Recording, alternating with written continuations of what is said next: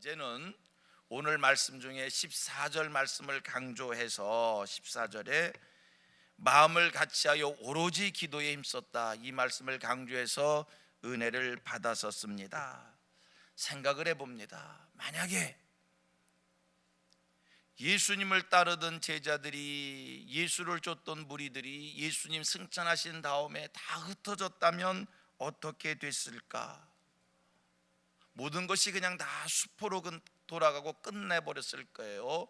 예수님께 부름을 받았던 일도, 예수님을 따르면서 가르침을 받았던 일도, 예수와 함께하는 동안 능력을 행했던 일들도 예수 승천 이후에 그들이 흩어졌다면 지금까지 해왔던 모든 일들이 다 수포로 돌아가는 그런 일이 생겼을 텐데, 감사하게도 그들은 흩어지지 아니하고 함께 모여서 마음을 같이하여 오로지 전혀 기도에 힘쓰므로, 그 기도의 자리에 성령이 임함으로 모든 것이 수포로 돌아간 것이 아니라 기도했던 그 자리가 성령의 임함으로 거기서 교회가 시작되어지고 거기서 성령의 능력을 받고 하나님의 새 역사가 시작되었다라고 하는 사실입니다. 마음을 같이하여 모여서 기도한 것이 참으로 은혜 있는 일이었습니다. 생각을 해봅니다. 우리 예수님 승천하시면서 제자들에게, 그리고 그를 따르는 무리들에게 마지막으로 당부하시는 말씀이 있었습니다. 그것은 4절과 5절에 설명되는 말씀인데, 예루살렘을 떠나지 말고 아버지의 약속하신 것을 기다리라, 이 당부였고, 아버지의 약속하신 것은 다름이 아니라 성령 임하심입니다. 너희는 내가 승천한 후에 예루살렘 떠나지 말고 모여서 아버지의 약속하신 것 기다려라, 성령의 임하심을 기다려라, 이 말씀 주시고 예수님이 떠났어요. 생각을 해봅니다. 예수님이 자기를 따르는 제자들에게 마지막 당부할 얘기는 참 여러 가지 다양한 것들이 많이 있었을 것입니다. 왜냐하면 예수님이 제자들하고 이별하는 순간 제자들 살폈을 때 여전히 부족한 것 투성이었거든요. 이제 그들을 떼놓고 가셔야 되는데 예수님으로부터 이제 분리될 그들을 보면 여전히 3년 동안 훈련을 받았다고 하지만 아직도 비겁하고 아직도 용기 없고 아직도 세상 부귀영화 소원하고 배신하는 이들이었고 여러 가지 부족한 것 투성이었어요. 그래서 예수님 그들에게 당부할 수 있는 것, 야, 너희들 용기 가져야 돼. 너희들 어떤 일이 있어도 배신하면 안 돼.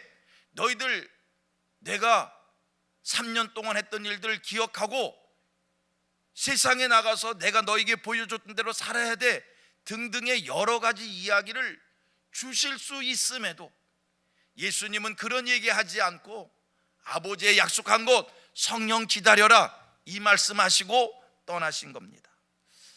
생각을 해봅니다. 예수님이 제자들에게, 그를 따르던 무리들에게 많은 이야기들을, 여러 가지 얘기들을 할 수 있을 수 있는데 왜 성령의 임하심을 기다리라고 이 말씀 주셨을까? 왜 이 말씀을 주셨을까? 이유는 한 가지입니다.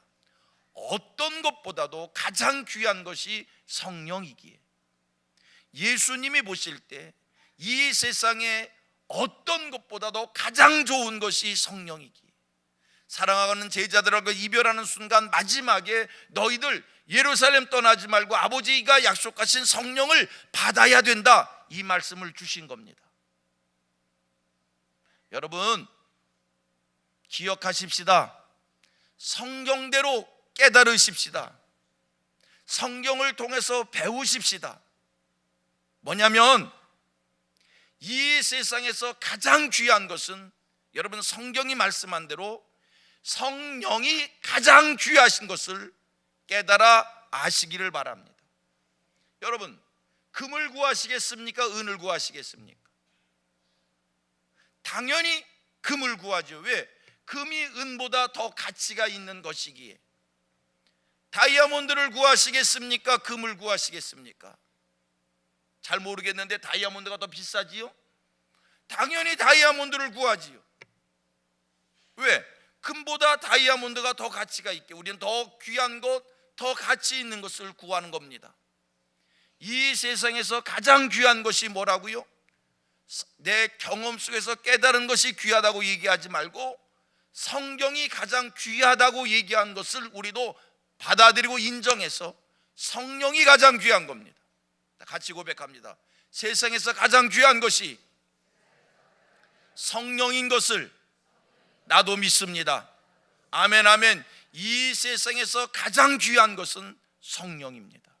실제. 그래서 예수님이 제자들에게 헤어지면서 마지막 당부한 것이 이것저것이 아니라 아버지의 약속하신 것 성령을 구하라. 보세요. 마태복음 7장 7절부터 11절 말씀을 봅니다. 7장 7절 이하 11절 보세요.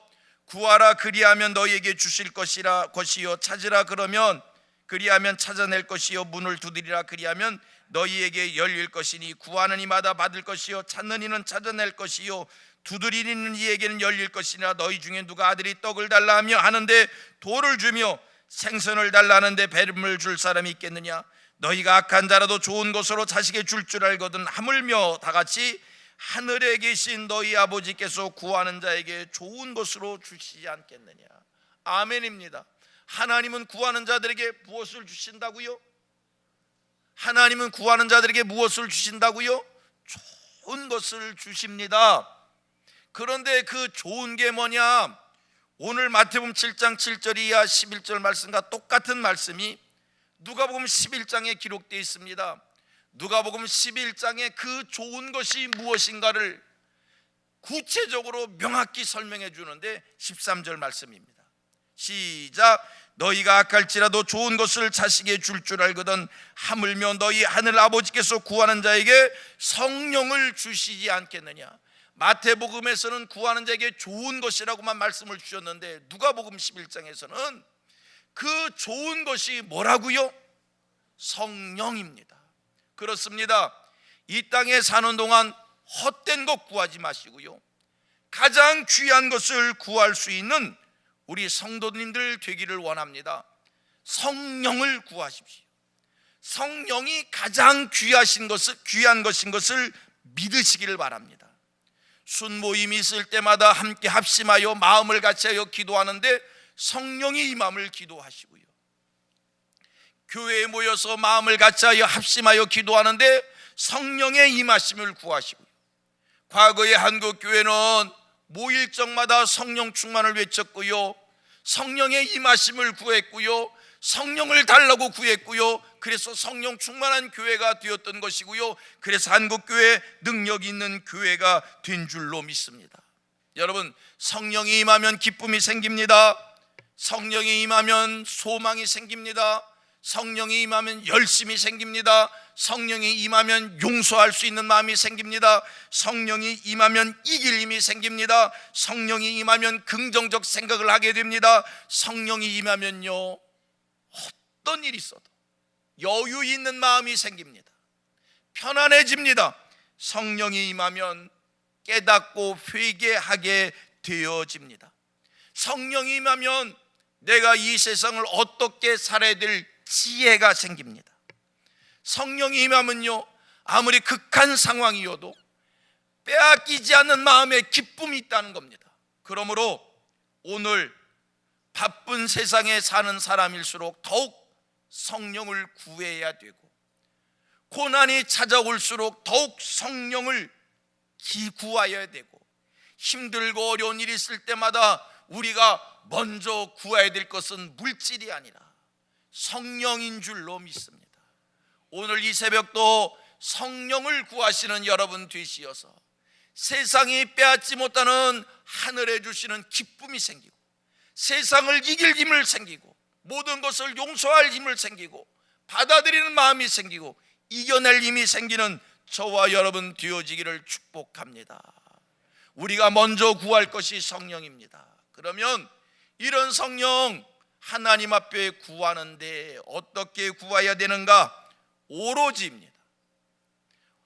14절에 말씀을 하고 있어요. 오로지 마음을 같이하여 오로지 기도했더니 성령이 임했다는 거예요.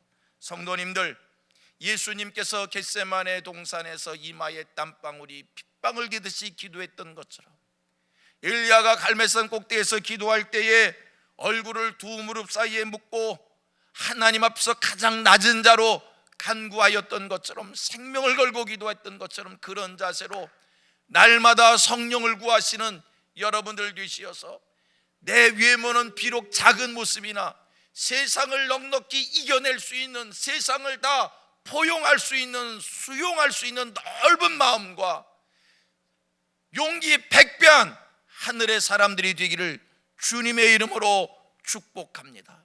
성령은 나를 강한 자 되게 하는 줄로 믿습니다. 성령은 나를 세상을 삼킬 힘을 주시는 줄로 믿습니다. 기도하실 때마다, 구할 때마다 성령을 구하는, 할렐루야, 할렐루야. 같이 고백합니다. 성령이 나를 이해하십니다. 성령이 내게 평강을 주십니다. 성령이 내게 용서할 마음을 주십니다. 왜 그렇게 불편한 게 많아요? 왜 그렇게 나만 의롭고 모든 사람은 다 틀린 것 같아요? 여러분, 성령이 임하는 순간 모든 사람이 다 불쌍히 여겨지고 다 긍휼히 여겨지고 용서할 수 있고, 나만 맞는 것이 아니라 다른 사람도 다 맞다는 것을 인정하게 되고, 성령 받으신 하나님의 사람들 되셔서 성숙한 인격, 예수 그리스도와 같은 인격과 성품과 예수의 영성을 갖는 우리 모두 되기를 축복합니다. 성령의 사람이 되십시다. 다시 한번 성령의 사람이 되십시다. 아멘 하시면 되는 거예요. 성령의 사람이 되십시다. 성령의 사람이 되십시다. 아멘. 성민교회, 어떤 교회? 성령 충만한 교회, 성령의 임한 교회. 이 성전 뜰을 밟기만 해도 성령의 감동을 받는 그런 교회가 되기를 소원하고 축복합니다.